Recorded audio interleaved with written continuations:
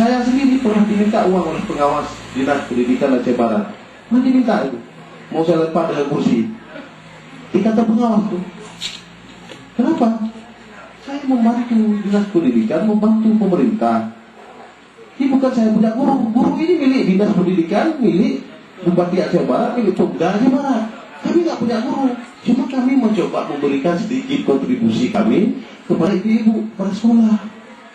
Ya PSM tadi.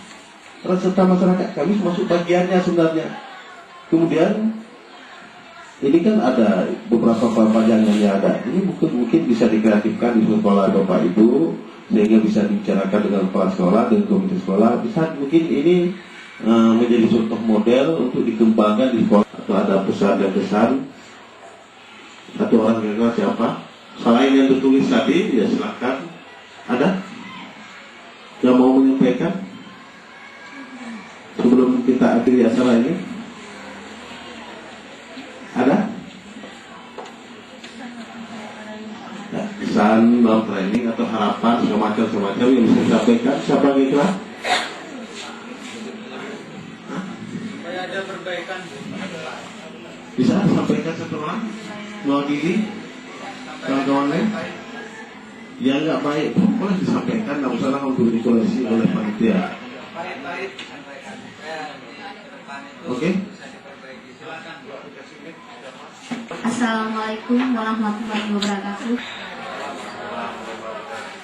Nama saya Eka Devi Noviana. Kebetulan saya mengajarnya di SD Satu Rantau Panjang ini. Kesan saya kepada fasilitator sangat puas, dan insya Allah mungkin saya individu dan termasuk teman-teman semua, walaupun ada hampir sebagian dan yang lain mengerti ataupun pelan-pelan, saya insya Allah mungkin bisa saya kembangkan. Dengan pelatihan ini saya bisa menambah ilmu. Untuk yang selama ini saya mungkin tidak tahu, dengan adanya pelatihan IFS ini saya bisa tahu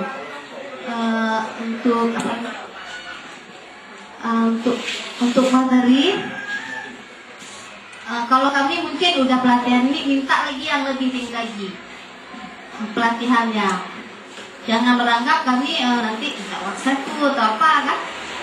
Kami ilmu yang kami perlukan. Cuma itu aja, dan terima kasih. Waktu kalau bisa diperpanjang, kata teman saya sebelah.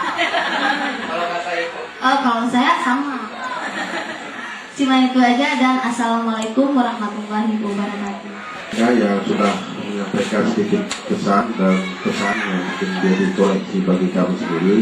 Nah, di sini kepada ini saya menyarankan sekolah kita juga selama ini ya sangat minim database dari hasil sekolah itu.